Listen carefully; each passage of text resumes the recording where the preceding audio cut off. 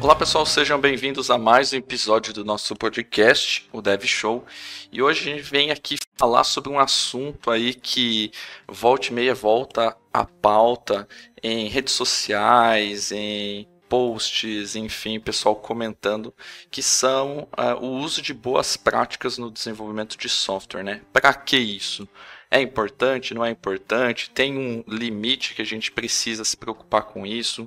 Será que tem algum cenário onde a gente pode abrir mão das boas práticas ou de algumas delas? Então é sobre isso que a gente vai discutir hoje. Eu sou André Seco e, segundo o carinha do Twitter, você não precisa utilizar private nos seus métodos e nem propriedades, já que a memória do computador está aí acessível para todo mundo. Isso por si só é uma bela piada mesmo. Essa por si só. Boa, eu sou... Voltando aí pro canal, né? Na verdade, fui expulso. Pro canal. É um podcast voltando pro canal. Pro canal, pra mídia, enfim. Vocês me entenderam. Fui expulso, mas foi restituído aí. O Renato abriu uma petição aí pra me colocar de volta aí no podcast. E se conselho fosse bom, era dado, não era vendido, né? Minha nossa, caralho, mano, cara. Olá pessoal, aqui é o Renato Groff. Eu tava pensando na piada, daí dei uma engasopada cerebral aqui, mas fica aí nossa homenagem a tantos personagens com quem tretamos em redes sociais, Microservices First, que mais? O pessoal que reclama de posts sobre novas funcionalidades do .NET, então hoje... Post Malone. Então hoje vamos falar de boas práticas, daí vamos abordar arquitetura em profundidade, não seremos profissionais remunerados na produção do conteúdo desse podcast, beleza? Caralho, caramba. Fala galera, eu sou o Thiago Bertuzzi e é melhor ter métodos privados do que métodos privadas, né? Fica aí a indireta pro código de alguns aí, né?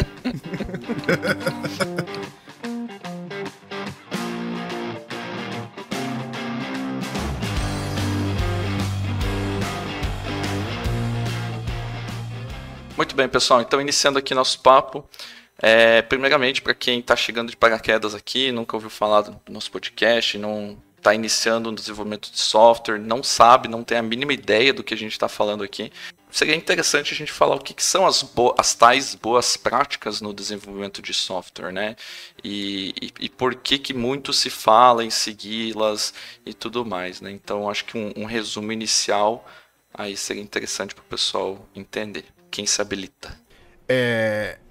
A ideia desse episódio aqui, pra deixar claro pra todo mundo, embora nossas entradas de zoeira aqui, é pra que se faça entendível, principalmente, acredito eu, que pra quem tá começando, que às vezes escuta um monte de sigla, um monte de letra, a importância de você ter boas práticas, seguir padrões, entre outras coisas, para que você tenha um código de melhor manutenção, um código muito fácil de entender. Porque quando a gente melhora a qualidade de software, como eu disse, a gente tem um código mais fácil de entender, um código mais fácil de testar, um código mais fácil de se expandir. A gente tem facilidade na colaboração daquele código, ou seja, uma equipe que está acostumada com padrões pré-determinados consegue mexer naquele código. Nós temos prevenções de problemas e problemas de segurança, entre diversas vantagens em cima. O que são, resumidamente, por exemplo, algumas boas práticas de desenvolvimento de software? Dá para citar aqui as mais comuns, que eu acredito que muita gente, até quem está começando, ouviu falar, que são, por exemplo, o famoso Clean Code, o famoso Solid, o famoso Dry e por aí vai. Se atentando bastante à base aqui, basicamente são princípios, técnicas, assim, metodologias que já foram consolidadas, testadas por várias pessoas e que ajudam a criar mais softwares robustos e seguros e mais eficientes assim, né? O próprio Solid, se vocês tiverem interesse de se aprofundar mais, teve uma série feita aqui no Dev Show, onde a gente abordou todas as siglas separado, explicando o que é cada uma delas aqui e por que é bom você conhecer e implementar. Mas basicamente, assim, bem no resumo, é um conjunto de técnicas, métodos recomendados, baseados, isso prestem atenção, em experiências reais. E assim, experiências reais de diversos profissionais e muito aprendizado ao longo dos anos que aconteceu no mercado, que aconteceu na experiência de trabalhar de todo mundo. Então assim, não é que alguém escreveu uma tese e falou, pô, isso aqui seria legal, não. As metodologias que a gente tem consolidadas hoje, elas já foram aplicadas e testadas em ambientes reais de produção. Inclusive, né, o que você falou aí, o que aconteceu, né? Se a gente pegar lá nos primórdios lá sobre arquiteturas, boas práticas, nos anos 90, né, que surgiu lá o livro lá de Design Patterns dos 4 autores lá que ficaram conhecidos como Gang of Four, né? É interessante porque os caras acabaram, na verdade, catalogando padrões que já eram meio que conhecidos na comunidade software, mas dando uma roupagem estruturada para isso, né? E até quando saiu esse livro foi falado bastante o seguinte, né? E realmente, ainda hoje a gente acaba vendo que o pessoal não leva a sério como deveria, né? Mas para que você usa padrões, boas práticas? Desenvolvimento de software é uma área que está muito relacionada à engenharia, né? E se você pegar segmentos de engenharia como a parte elétrica, engenharia mecânica, sei lá, engenharia hidráulica, o pessoal acaba seguindo uma série de padrões assim que já foram catalogados ao longo do tempo, justamente para não criar coisas que terminem em catástrofe, né? E mesmo um software, dependendo da finalidade dele, uma falha, né, pode certamente levar a uma catástrofe, né? Importante dizer também que as boas práticas não é algo estático, né? Ao passar do tempo aí você vai... por mais que a gente tenha esses livros, tenha algumas boas práticas que são consideradas assim inalteradas, né, ou que vem de muito tempo, na minha visão é algo que tem possibilidade de ser alterado, ser melhorado constantemente, inclusive abandonando algumas boas práticas antigas, se for o caso, né, ou não adotá-las para ter coisas mais modernas vindo aí. Então depende muito do cenário que você está trabalhando. Nem todas as boas práticas que você vai ler em algum lugar vão ser aplicadas no seu contexto. Então é bem importante não tomar como um livro de regras e nem de algo que você obrigatoriamente tem que fazer. Afinal de contas, são recomendações para que você consiga sair do outro lado com o menor impacto negativo possível, né? Então é meio que um caminho das pedras ali que já foi experimentado por várias pessoas para você ter um bom resultado no final. É como a gente sempre fala, né? Desenvolvimento de software, arquitetura de software não é uma receitinha de bolo assim que você já vai fazer certinho e vai seguir lá. Porém, como a gente vai usar a frase receita, existem boas práticas que até quem tá cozinhando ou fazendo alguma coisa aí sempre segue para que você tenha até o final o produto esperado, né? O mesmo acontece com o desenvolvimento de software. Mas mesmo sendo boas práticas, né, a gente já falou em lives, podcasts, eventos, tem também, por outro lado, né, aquele negócio do pessoal tentar empurrar certas coisas, seja para querer dizer que tem experiência com aquilo que colocou em prática, sem levar em conta a real necessidade do que precisa ser feito, né? Vocês podem pegar, por exemplo, em outras áreas de engenharia, né? O pessoal procura, né, principalmente em coisas que podem colocar em risco a vida humana, né, fazer o que realmente é necessário, né? Você não vai ter uma ponte que ao mesmo tempo ela serve também como um espaço para eventos, né? Uma ponte não serve para isso, né? Então, a mesma coisa sua aplicação, né? Se sua aplicação tem uma finalidade, você vai usar boas práticas, padrões que fazem sentido para atender aquela finalidade.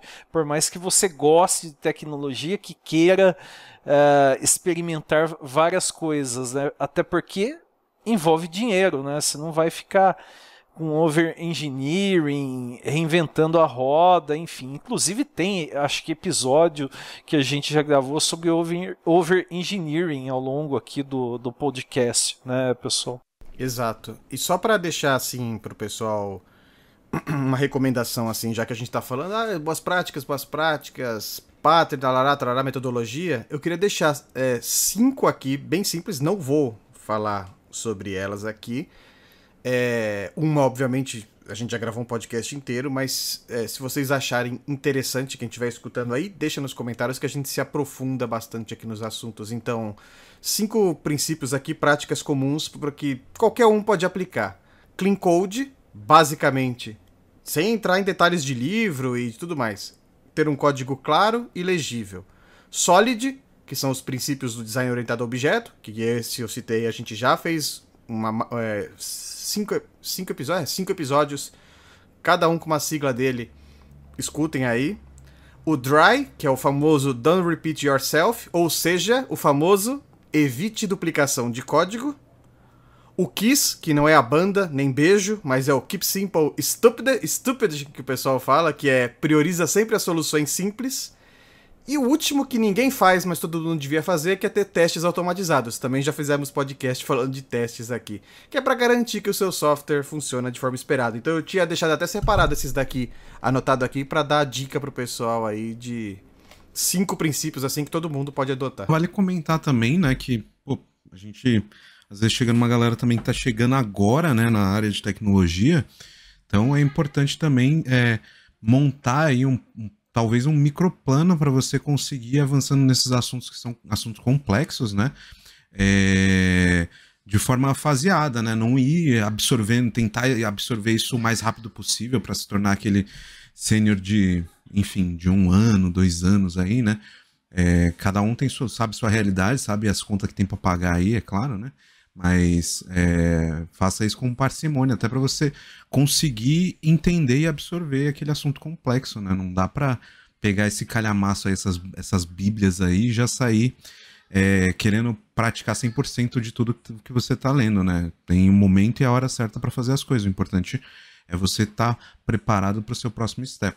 Perfeito. Puxando o fato que o Everton falou, basicamente o que a gente chama de baby steps, né? Vai evoluindo aí até você chegar no seu objetivo, mas a constante evolução. Eu peguei uma discussão esses dias num grupo do Facebook, abraço Zuckerberg, sobre o seguinte tema, assim. Se hoje em dia ainda, principalmente para quem está começando, vale a pena estudar lógica de programação e algoritmos. Se é muito importante o desenvolvedor saber.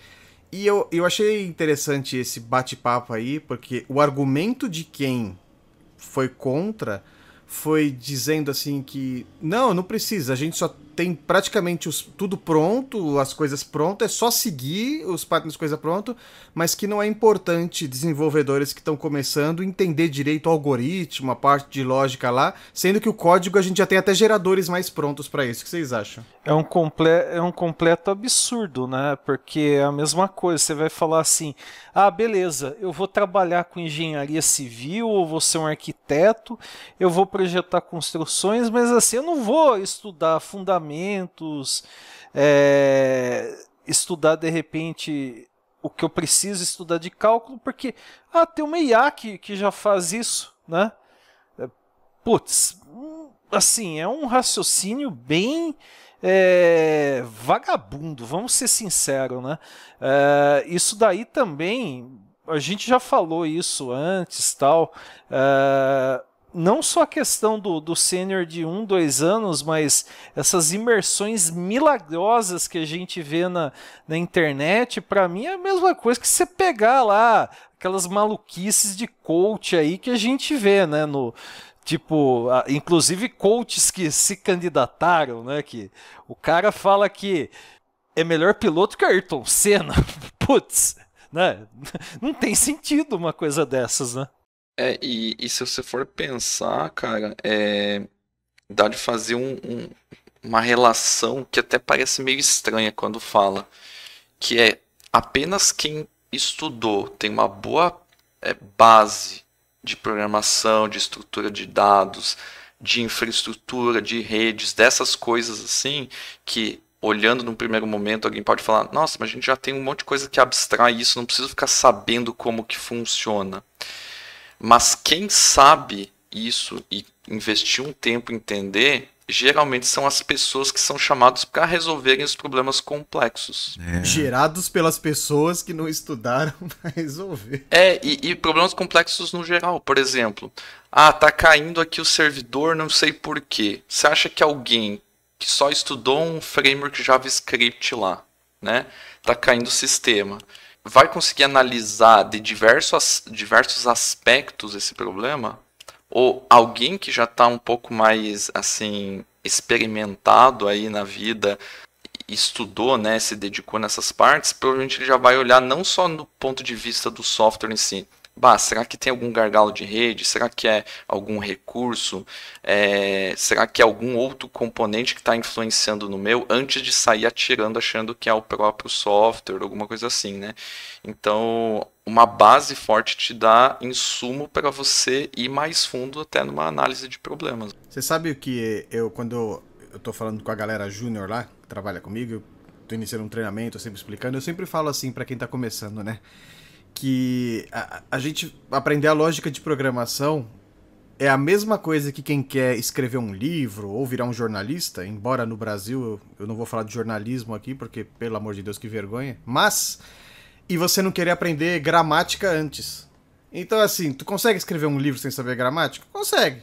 Vai ficar correto, assim, concordância, tudo certinho aí? Provavelmente não. Porque a gente tem que entender as regras de como se portar para você transmitir aquilo que o seu livro quer passar para pessoas. Está em primeira pessoa, está em terceiro, para a pessoa entender o que você está escrevendo. Quando a gente tem a base, como o André falou, a gente consegue resolver problemas em outra visão. Um outro ponto que eu sempre falo para a galera que está começando, para os juniors, não se preocupem com a linguagem. A linguagem você vai entender ela depois, porque tem a documentação dela, como ela funciona e tal. Sua expertise do que usar na hora que usar, ela vai vir depois com o tempo, conforme você entende a linguagem. Mas o mais importante é você entender como estruturar esse pensamento seu para resolver aquele problema. Como eu resolvo aquele problema? Porque você não fica preso a uma solução única.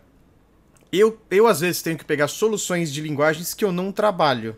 Mas é um problema, a gente precisa resolver de um cliente aqui, a gente não consegue a tempo aquele profissional, porém, se você tiver o pensamento lógico e crítico daquilo ali, pô, como é que eu resolveria no meu dia a dia? Pô, eu sei que aqui eu faço aqui, beleza, eu só vou na outra linguagem, basicamente, ó, como um exemplo prático. Sabemos usar, por exemplo, muito bem SQL Server, Microsoft.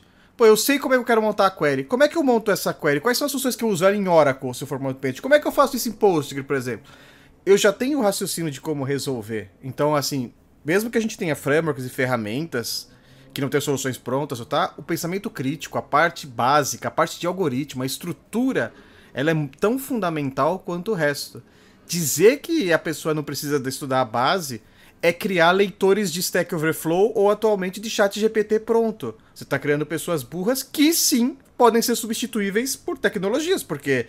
Se eu só tenho replicadores de código que não precisam pensar ou entender a base, é mais barato eu colocar alguma coisa automatizada.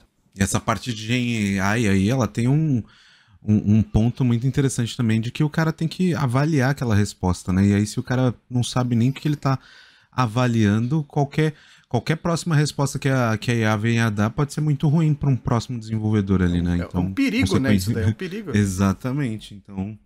É sempre importante saber o que o gerador de código está te entregando, né, de fato, e saber que nem você comentou, estruturar o pensamento mesmo, né, a sua lógica, o seu raciocínio, até para você conseguir explicar para outras pessoas sobre aquele problema no futuro. Né? E até para quem está mirando aí em vagas na gringa aí, e passar entrevistas de startups no exterior, até Big Techs, tá? Não se surpreendam quando numa entrevista técnica você se deparar com ele pedindo para você inverter uma árvore binária, por exemplo, que é uma estrutura de dados simples ali, né, uma árvore binária. E por que será que eles pedem para você fazer isso em, sei lá, no máximo 10 minutos? para ver se você tem a base, sem ficar muito... Se esse conhecimento está intrínseco em você, se você tem o fundamento. Porque a partir do fundamento você consegue destrinchar várias coisas aí. Então, tem um indício aí, atual, né, de entrevistas aí da gringa que nos dão aí um caminho e nos dizem que isso é importante de alguma forma, né? A gente deve falar isso mais pra frente do podcast, mas principalmente quem tá começando, pessoal, toma cuidado com o que vocês leem. A gente tem a piada de estar na internet, é verdade. Toma cuidado com o que vocês leem, de que fonte que vocês às vezes veem as coisas, porque às vezes a pessoa ela tem a bolinha dela, o mundinho dela, e o que acontece no mundo real não é tão bonito quanto no mundo da Alice que tá escrevendo ali no País das Maravilhas dela, as coisas lá. Então a gente tem que tomar cuidado com esses pontos aí. Beleza. Mas agora eu quero puxar um ponto polêmico, contraditório aqui. Polêmica!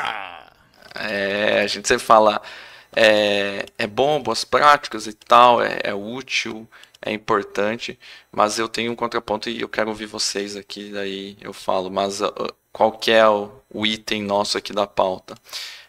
Primeiro, se na vida real a gente consegue sempre seguir à risca essas boas práticas, e eu quero ir além aqui. Se tiver um cenário, na opinião de vocês, em qual cenário que a gente consegue sacrificar um pouco essas boas práticas em detrimento de ser mais ágil? E ágil aqui não estou falando de agile, eu estou falando de entregar rápido mesmo, de ser velocidade na entrega. Preciso desenvolver e entregar isso rápido. Por causa que eu estou com uma oportunidade, sei lá, eu sou uma startup, por exemplo, e eu tenho que validar o mais rápido possível o meu negócio. Então, é meio que um é inimigo do outro. Eu não consigo fazer as coisas 100% bonitinhas se eu estou querendo fazer com muita velocidade. Esse mundo não existe, né? Velocidade e super qualidade ao mesmo tempo. E eu queria saber de vocês qual que é a opinião aí, se a gente pode sacrificar, em que cenários, o que vocês acham? É só tirar os testes, né? Não é assim que resolve o problema da velocidade. A parte de segurança também, afinal de contas tira é tudo segurança, teste. Tudo é muito relativo, né? Olha, mas a gente sempre comenta, a gente de uns tempos pra cá acabou fazendo bastante conteúdo, né, focado em segurança, e a gente sempre comenta, é o tipo de coisa que a gente dá risada, a gente fala, mas o pessoal segue fazendo asneira, né? E isso não é só no Brasil, não, hein? Você tem incidentes bizarros de segurança ao redor do mundo, né? Sim, seguindo do ponto o que a gente pode sacrificar e por questões de prazo, a gente sabe que assim, os patterns, igual a gente falou lá, 5 dicas, de try, tal, é muito bonito.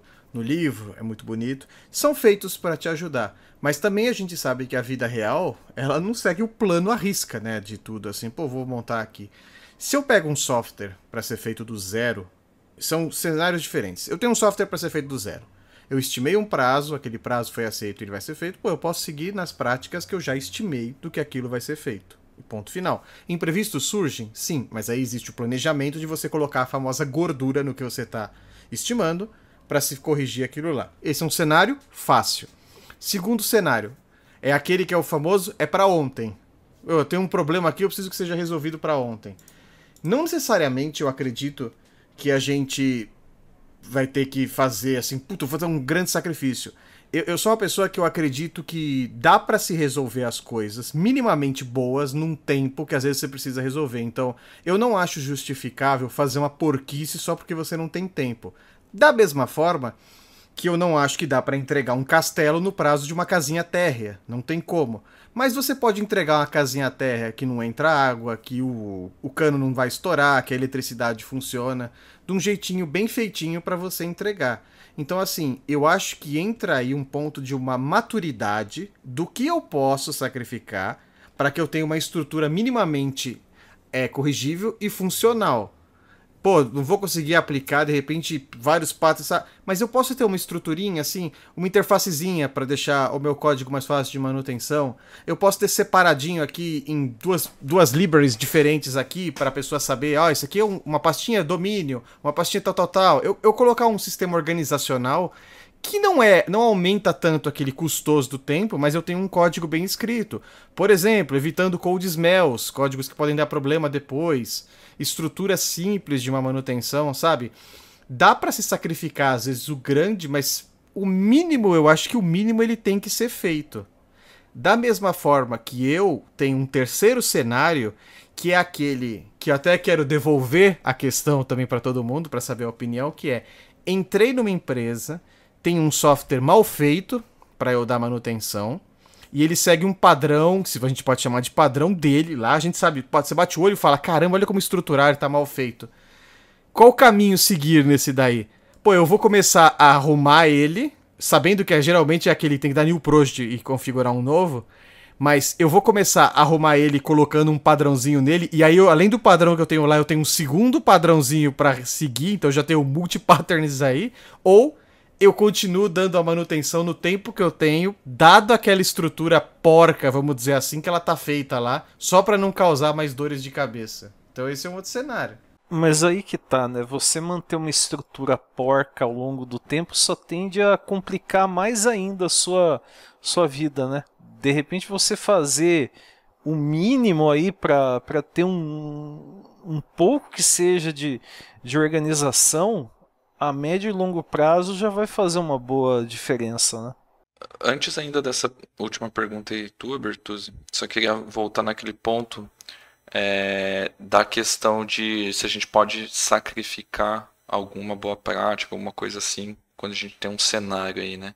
A minha provocação que eu trouxe ali é pensando justamente em que a gente tem diferentes tamanhos de empresa e também tem diferentes timings, assim, né, de que a gente tem que entregar ou tem que fazer determinada coisa. O que eu quero trazer com isso?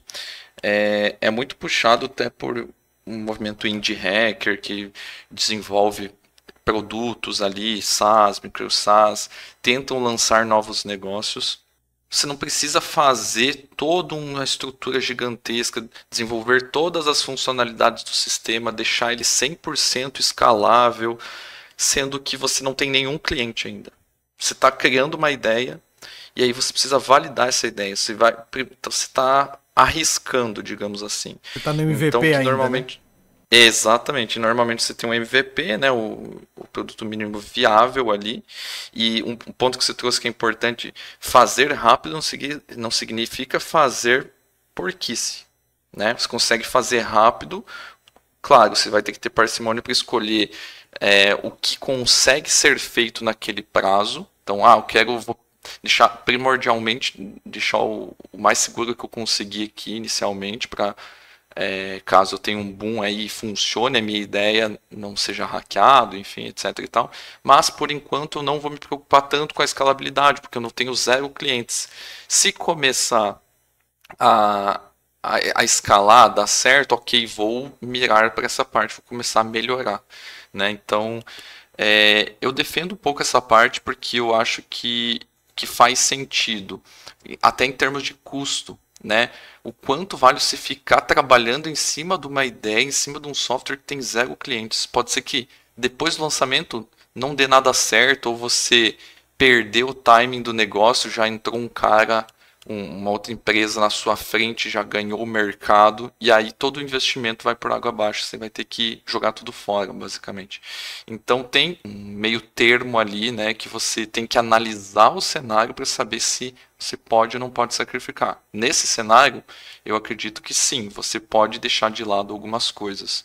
Mas, em contrapartida, em cenários que você tem uma empresa já consolidada, que já vende software, que já tem um produto, muitas vezes está entregando um novo projeto que foi contratado no papel lá, que não tem essa concorrência de mercado que eu estou trazendo aqui, aí eu acho que tem muito menos desculpas para entregar algo de qualquer jeito ali ou sacrificando muito as boas práticas. Eu acho que daí aí você já tem maior compromisso, até por já ter uma empresa, já ter um nome, né, já ter que se preocupar com essas coisas. Eu acho assim, eu concordo com o que você falou, eu acho que essa é a linha que você deve seguir. Basicamente, a gente pode considerar que é o seguinte: pô, preciso comprometer alguma coisa, por exemplo, preciso cortar alguma coisa. Então, tem um projeto de curto prazo. Eu tenho um sistema. Eu tive um exemplo bem simples, pouco. Eu tive um sistema, um serviço que foi feito aqui, um service mesmo, né? Não um serviço de fazer alguma coisa, mas um service. Que ele só ia ser usado 3 meses. Literalmente, ele só vai ser usado 3 meses para resolver uma situação, até a implantação de um software novo que vai vir fazer toda a integração necessária. Isso aí, pô, é um sistema de 3 meses. Caceta, eu vou pegar e falar, beleza, eu vou fazer aqui um sistema de 3 meses, eu vou usar um DDD, vou fazer uns patterns, vou montar uma arquitetura muito fodida assim, não sei o que. Cara, o sistema vai ser feito em 3 meses. Porra, faça a manutenção futura dele, ela não é prioridade, porque daqui 3 meses ele morre. Então, tipo assim, não tenho que entregar tudo chumbado aqui no código, tudo cagado, com a segurança exposta, caramba, 4, mas eu vou fazer o mínimo necessário para que isso funcione por 3 meses, assim, como qualidade e entregue. Eu não preciso me preocupar em grandes coisas, como você falou, escalabilidade e tudo mais, não. É um sistema de 3 meses, é um projeto de curto prazo. Pô, beleza, faço o básico aqui, resolveu, beleza. A manutenção no futuro não vai ter, porque ela vai morrer.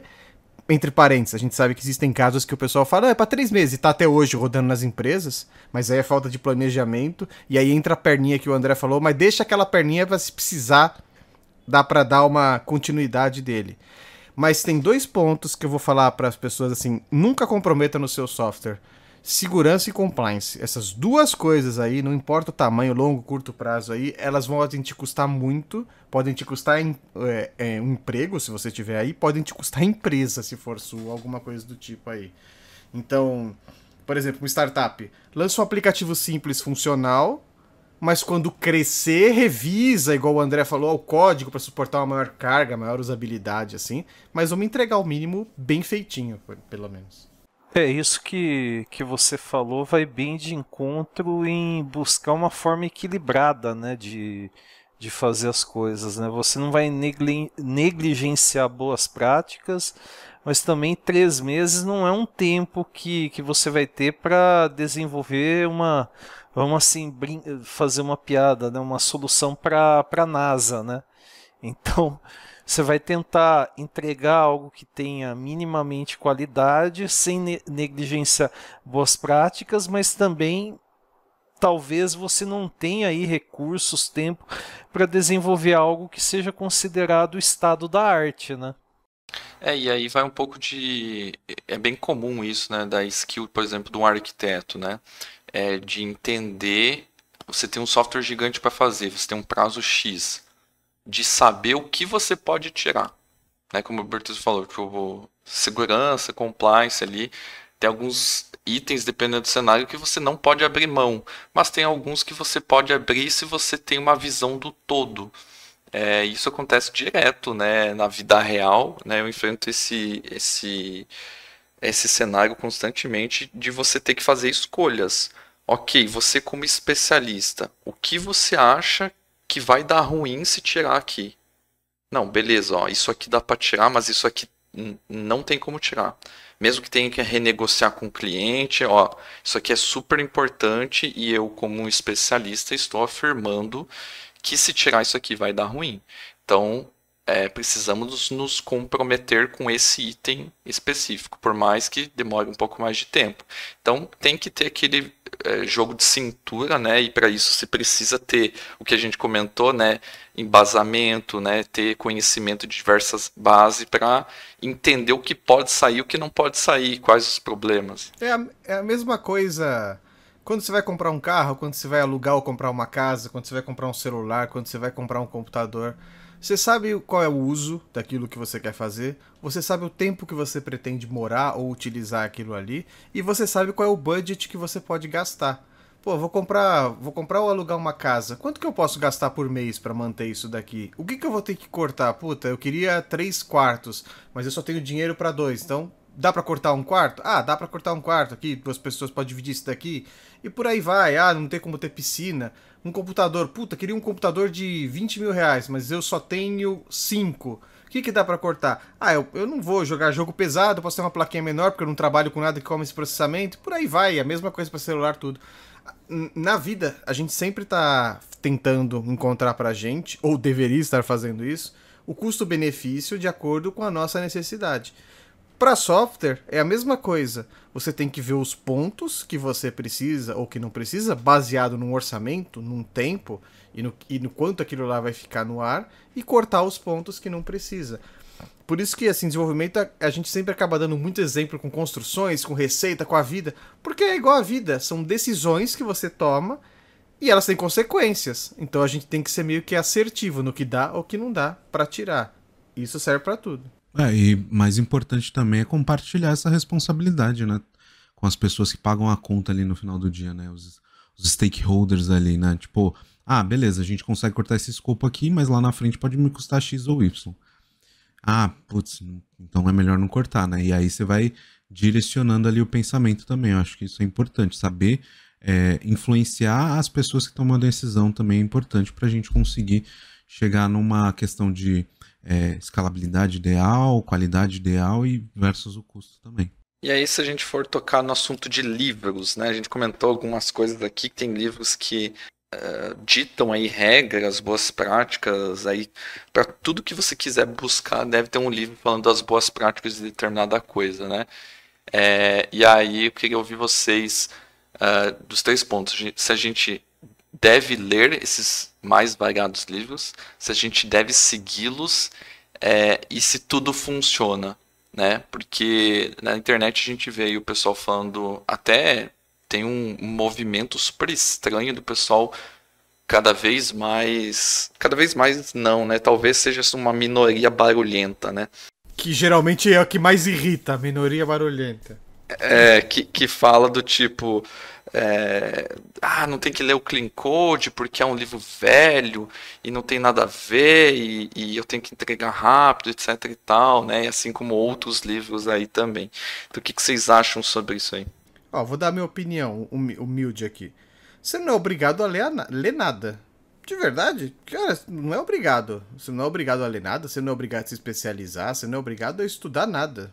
Você é livre para fazer suas escolhas, contanto que você arque com as suas consequências. Você não é obrigado a crescer. Você pode ser um replicador de código copiado da internet e que resolve o seu problema básico aí.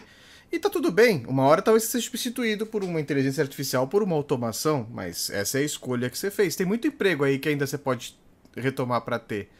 Brincadeiras à parte, tiradas à parte, é o seguinte. Eu concordo que tecnologia, padrões e as coisas evoluem. Eu não acredito, isso é a opinião do Bertuzzi que está falando, que eu não acredito que todos os patterns eles têm que ser totalmente sempre aplicados e tudo mais aqui. Eu sou uma pessoa que monto a arquitetura de acordo com a necessidade quando eu estou fazendo o meu papel de arquiteto.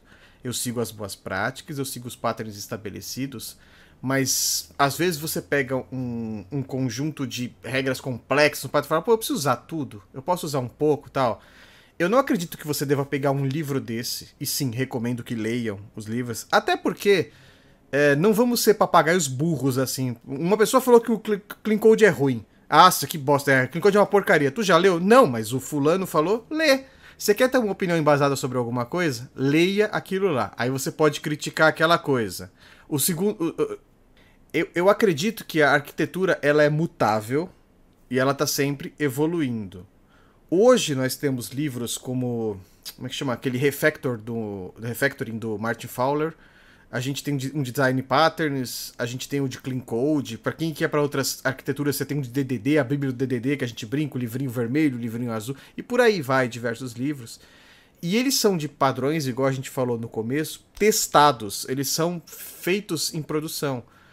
Pô, você acredita que não funciona? Cara, é seu direito acreditar que não funciona. Mas põe um motivo por quê? Porque às vezes você tá tendo... Eu não tô falando que esses caras são irrefutáveis. Não, eu não acredito que nada é irrefutável, senão a gente não tem evolução nas coisas.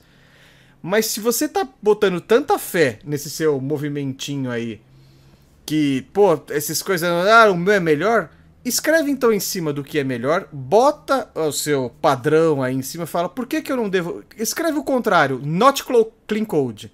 Faz aquele livrinho aí, por que não usar o clean code e outras práticas melhores assim, com base em experiências reais. Se elas forem aceitas, de repente você evolui o que tá aí.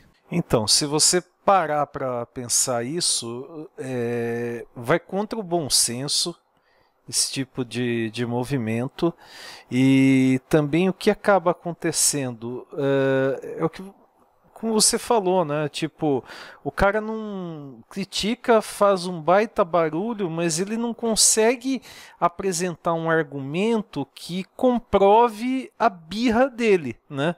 Por exemplo, se pegar lá, voltando à clássica discussão de microserviços, né? A gente já tem aí o conteúdo aí, material aí, literatura sobre microserviços há uns 10 anos, né? Então, nesse meio tempo, aconteceu muita coisa, tipo, teve cases aí que deram muito certo e teve cases também do pessoal voltar para algo mais próximo de um monolito, num cenário específico, para resolver questões não só de arquitetura, mas também que envolvem custo, né? Então, assim, mesmo o que vai contra a direção de uma boa prática, de um tipo de arquitetura, o pessoal procura apresentar argumentos, trazer aí fatores, motivos para aquilo. Agora, o pessoal simplesmente falar que isso é uma bobagem e daí ficar um gado lá aplaudindo fulano porque disse isso, soa do mesmo jeito que você pegar esses malucos de movimento anti-vacina ou de terra plana. A gente acha muito absurdo, dá risada, mas é o tipo de coisa que vai ter gente levando a sério e causando estrago com isso. É que o pessoal é muito emocionado, né? O pessoal vê uma coisa funcionando e toma isso como verdade para tudo, né? Então, por exemplo, no caso do microserviços aí que você comentou, funcionou para Netflix, nossa, puta aplicativo, aguenta muitos usuários simultâneos, isso resolve todos os problemas de escalabilidade.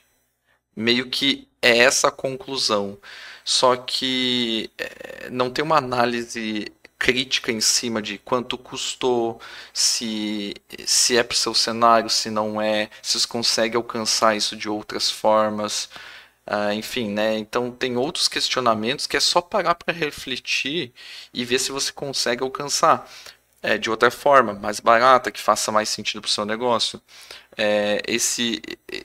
Esse movimento de ir contra as boas práticas também já vi acontecer, né? Só não vou citar nomes aqui nem nada, mas do pessoal que está ganhando dinheiro com venda de software e para conseguir esse valor que ele está recebendo, sei lá, vamos supor que está recebendo 30 mil, 40 mil reais por mês com o software que ele desenvolveu, e ele desenvolveu a modo... Moda caralha, pronto, dá pra falar assim, a moda caralha, eu falo, pronto. Desenvolveu de qualquer forma e o que acontece? Isso é a verdade absoluta dele a partir desse momento. Se eu conseguir fazer 40k por mês com esse software que eu não empreguei nenhuma boa prática, logo não preciso de boa prática para nada. Então, você percebe que tem uma análise uma análise e um desfecho totalmente equivocado. Se funcionou uma vez em determinado cenário, então logo para tudo isso é verdade. Então é esse ponto que eu acho que é muito errado na cabeça das pessoas. E eu concordo 100%. Se você tem uma tese que você acha que derruba outra tese, ou para aquele cenário se aplica de forma melhor, escreve. Coloca na mesa para várias pessoas validarem isso. Pode ser que você fique ainda mais famoso por encontrar um novo padrão que para determinado cenário se aplica melhor do que aquele padrão antigo. E tudo bem com isso, entendeu? Só que, assim, atualmente esse movimento de falar mal e desconsiderar toda aquela outra coisa que vinha funcionando parece que é mais forte, né? É porque, e geralmente, isso pra qualquer coisa, você pega esse cara que vai falar assim, não, o clean code não funciona. Aí você faz duas perguntas, tu já leu e já aplicou? Não, porque não funciona. O seu José ali, que tá no Twitter ali, que é um especialista no Twitter, também é cirurgião, é politicamente profissional, é um advogado, porque no Twitter todo mundo é tudo, né? Um ninja, por que não? Ele disse que não funciona. Todo mundo é especialista, né? Em tudo, exato. Ele disse que não funciona, então eu nem perdi meu tempo lendo aqui, ó, fazendo as coisas. E aí você começa a disseminar. O problema da minoria, dessas minorias barulhenta, não é o barulhinho encheção de saco, que nem... Eu entendo o lado da pessoa... Olha aqui, ó, venci na vida com 40 mil, nem segui essa merda igual o André falou assim. Não, eu entendo que aí o cara quer provar que ele é o fodão. O problema da minoria barulhenta é emburrecer quem tá começando as coisas. Que às vezes um desavisado vai lá, cai numa dessa, num negócio disso daí, sem ter opinião formada e fala, pô, o cara tá certo aí. Eu não preciso não, eu vou fazer do jeito que eu achar melhor aqui. Aí vai fazer uma porcaria e depois fica reclamando aí. Pô, no mercado de trabalho tá uma porcaria. Tá difícil de arrumar emprego. É, tá difícil. Ou quando eu arrumo emprego é umas empresas ruins assim. Pois é, né? Por que será que você tá... É complicado. E assim, não tem problema da pessoa se inspirar na outra que deu certo de uma determinada maneira. Exato, não, jamais. Mas o problema é assim, uma coisa que as pessoas adoram tirar da equação, cenário. Perfeito. Tipo, deu certo em determinado cenário.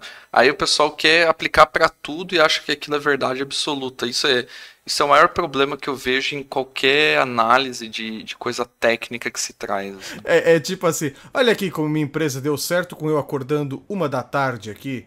Eu acordo 1 da tarde, trabalho até as 4, minha empresa funciona.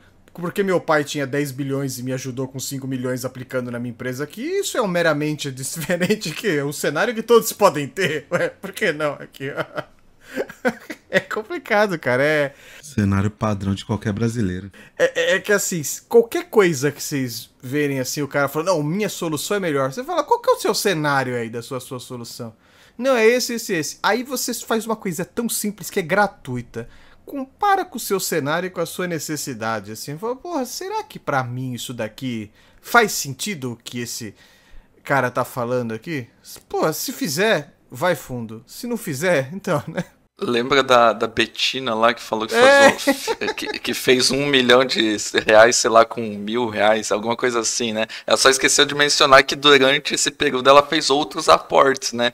Mas percebe que o discurso ali, tirando com o contexto, né? Parece que é válido e que tudo é fácil. Não, e não só isso, né? Você pega o contexto dela trabalhando numa corretora. Normalmente ela tem acesso mais rápido a resumos, tal. Ela estava sendo treinada para isso também. Então parece que o Zezinho da esquina, que nunca atuou no mercado de ações, vai pegar R$1.000, vai aplicar e logo logo ele está com R$1 milhão. E não é assim. E da mesma forma que vocês falaram, putz, eu fiz X milhares de reais com um software que eu literalmente deixei de lado boas práticas. Pô, você pode ter vendido um software que atende uma necessidade específica, de repente não tinha ninguém atendendo aquilo num preço ou mesmo oferecendo aquilo, e ótimo, beleza, você ganhou dinheiro. Mas é o tipo de coisa que pode surgir um concorrente lá na frente, entregar um produto muito melhor que o seu e que não negligencia boas práticas, e o que vai acontecer com você? Você vai acabar sendo retirado desse mercado. Eu sei que vocês aí já tiveram, acho que o André principalmente trabalhou com produtos fiscais, tal. Eu trabalhei em empresa pequena com coisas desse tipo, e até na região que eu comecei a trabalhar, tinha uma empresa maior que oferecia o mesmo tipo de solução e na época tinha uma ampla gama de clientes, mas o que aconteceu com os caras? Os caras meio que foram engolidos pelo mercado, porque ficaram presos em paradigmas do começo dos anos 2000 e chegou um ponto que a empresa perdeu uma fatia grande de mercado que ela tinha. Então, aquele pensamento assim, é bobagem fazer tal coisa, uma hora o próprio mercado pode fazer com que você perceba que você tomou uma atitude muito errada, não levando a sério, né? Uma boa implementação, usar coisas que tornem a médio e longo prazo a sua aplicação sustentável, né? Para complementar esse assunto do livro, é aquela famosa história. Só não chega cedo no trabalho quem é vagabundo. Disse Enzo, que mora a 20 minutos do trabalho, para seu José que pega 3 busões e cruza a cidade inteira para trabalhar e servir o café pro Enzo. Enzo que nunca leu um livro de boas práticas, mas viu no Twitter alguém com muitos seguidores falando mal, né? Puxando esse gancho aí das consequências, né, de a gente ser displicente com boas práticas, o que a gente poderia listar aqui de forma rápida, só para ilustrar a importância, né, das boas práticas?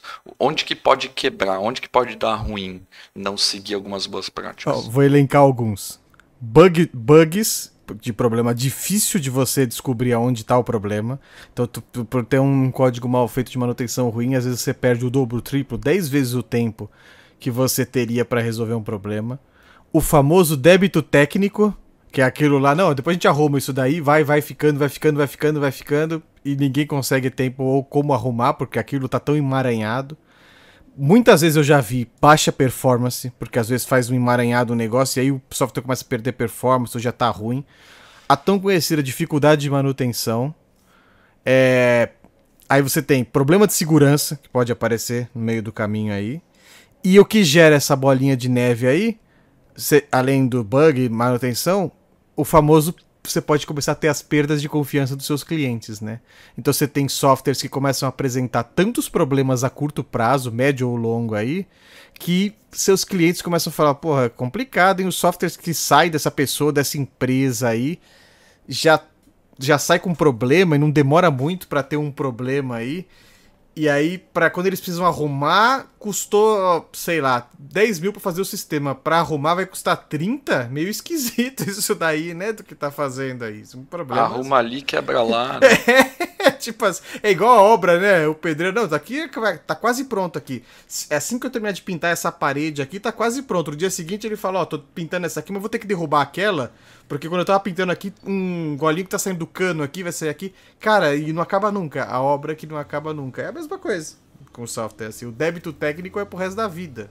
E como qualquer débito ou dívida técnica aí, né, vai tendo juros, né, e tem um momento que você não consegue mais pagar ela, a não ser desistir, né, e aí vem o caso de, tipo, vamos ter que reescrever do zero o software, por causa que acumulou tanto que você já não consegue mais resolver aquilo ali, né, é mais barato refazer, né. Isso se não tiver que fechar a empresa, né. Que pode acontecer também por um problema desse aí. Não ter o cliente que não quer mais comprar da gente, que a gente só entrega porcaria, fica complicado. Isso realmente pega.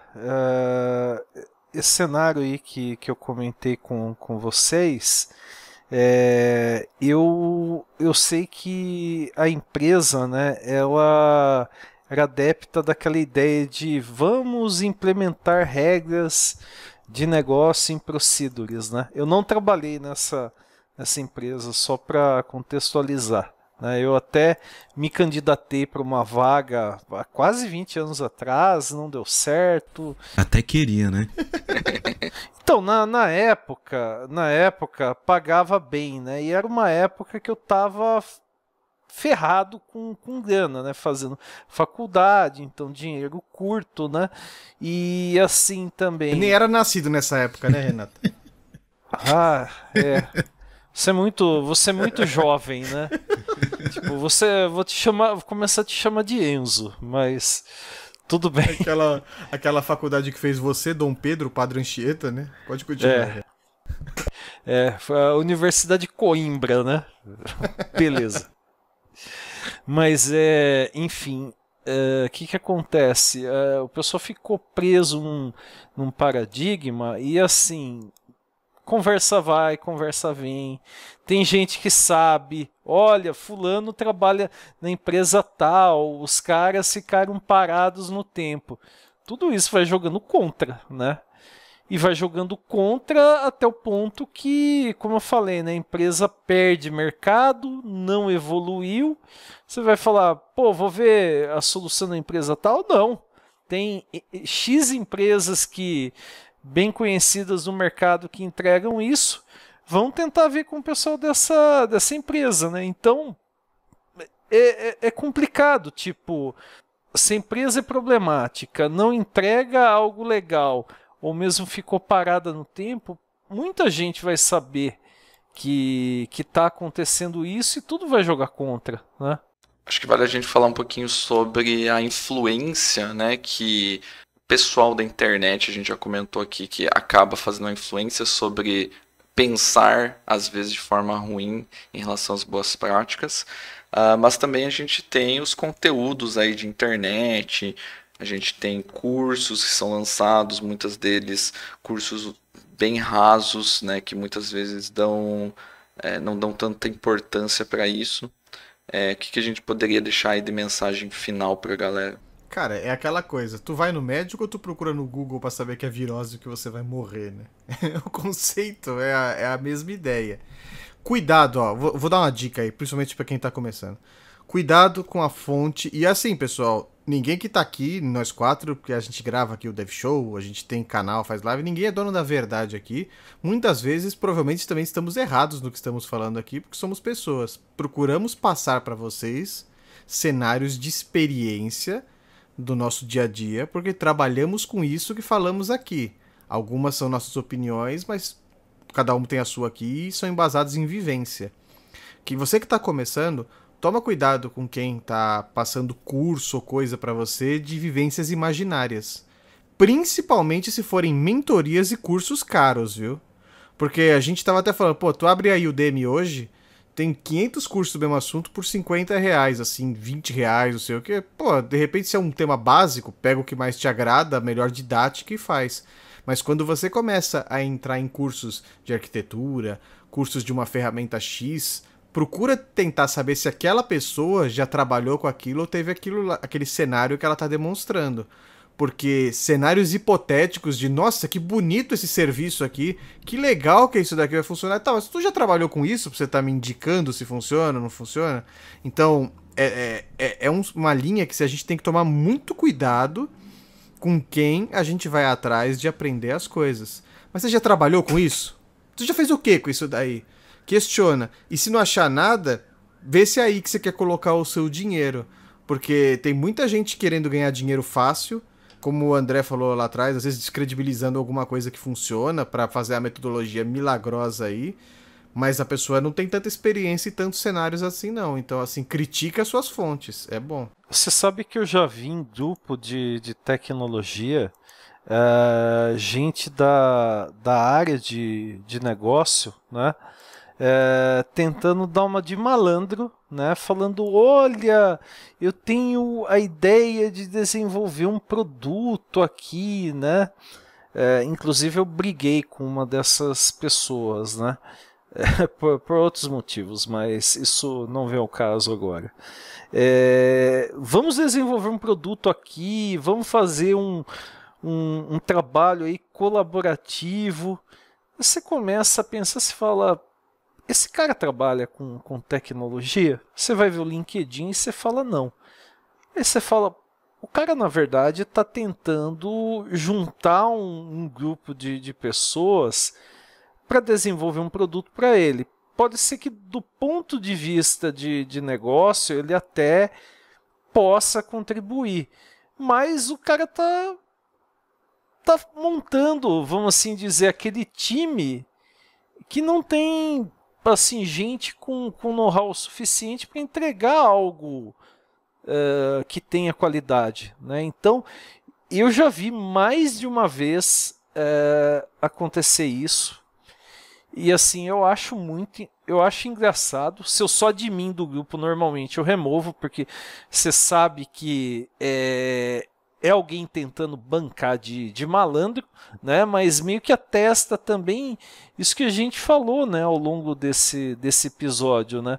A pessoa não conhece, jogou lá, se achar alguém que fez, beleza, de repente vai atender alguma demanda dela, numa dessas ela até vai ganhar dinheiro, mas ainda assim você não vai ter algo que, se a gente, por exemplo, pegasse o projeto e ia falar, meu, isso tá muito mal desenvolvido, né?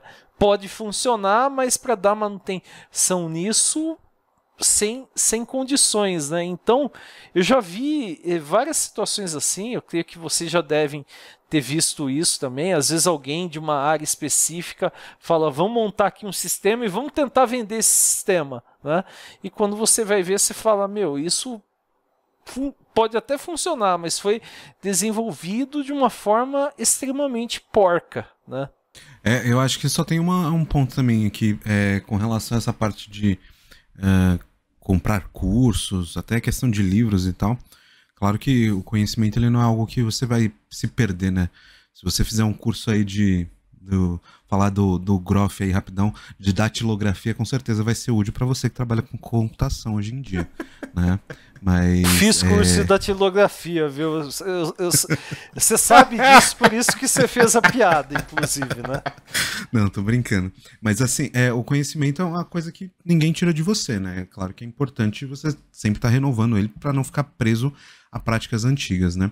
Mas o importante é não terceirizar suas escolhas, não se basear 100%, porque um cara bonito assim que nem o Bertuzzi ou o Seco, aí o Groff, falou que aquilo é certo, né? Então, tipo, mantenha seu senso crítico ativo, porque é o que vai te fazer se manter vivo dentro do mercado de trabalho também, né? Conseguir entender em que momento você tem que adotar alguma prática ou deixar de adotar uma prática, enfim, com essas leituras que você for fazendo, esse conhecimento que você vai adquirindo durante a sua jornada, que vai ser o diferencial para o profissional mais à frente que você vai se tornar, né? Seja arquiteto, diretor, enfim, o que for, né? Qual que é a sua meta de vida, né, no caso, porque aqui a gente também falou sobre soluções que podem ficar depreciadas porque, enfim, não foram bem estruturadas e tal. Então, qual que é a sua meta de vida para você conseguir tomar as escolhas certas, né? O senso crítico é importante para você se manter basicamente vivo, né? Então, você não... tanto em nível de estudo, tanto de não ir num beco escuro, né? Será que eu preciso ir naquele atravessar a rua com o farol aberto pro carro, né? Tipo assim, sabe aquelas situações em filme de terror que a pessoa... Você fala assim, cara, não vai por aí que vai dar ruim. E o cara vai. Tipo, entrar num esgoto. Exato. Tem uma frase que eu sempre uso, às vezes, quando eu vejo certas opiniões de certas pessoas fazer tal coisa, que eu falo assim, não sei como não é atropelado ao atravessar a rua, viu? Porque o senso crítico, as asneiras que faz, tá bem abaixo. As escolhas são duvidosas. Puta, sobre o Everton que você falou, é por isso que eu não vendo curso, porque as pessoas iam ficar muito atraídas pela minha beleza e não iam se importar nem com o conteúdo. Então eu não uso meu poder para o mal. Bom, dito isso, vamos ter que acabar o episódio, então. Olha, vou até fazer uma piada que eu poderia dizer que é um pouco tétrica, né? Mas uma pessoa dessas, né, que você falou aí, Bertuzzi, é um sério candidato aí a ganhar o Darwin Awards, né? Existe o prêmio, viu? Pessoal, quem não conhece vai ficar sabendo como esse prêmio é relevante e como você sempre tem ganhadores todos os anos, né?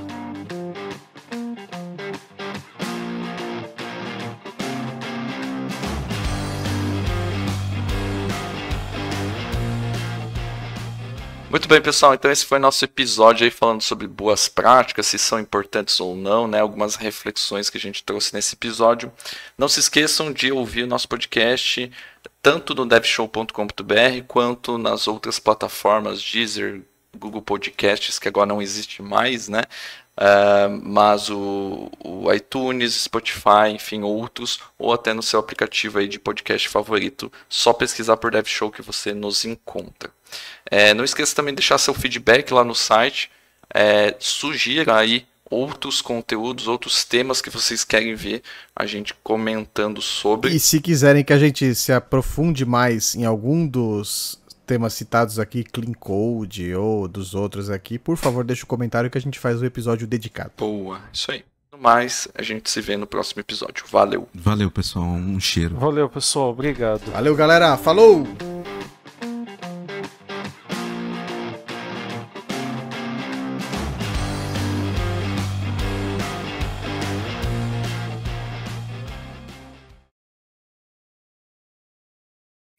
Bom, eu ia fazer uma piada, mas eu só falo depois que acabar a gravação aqui.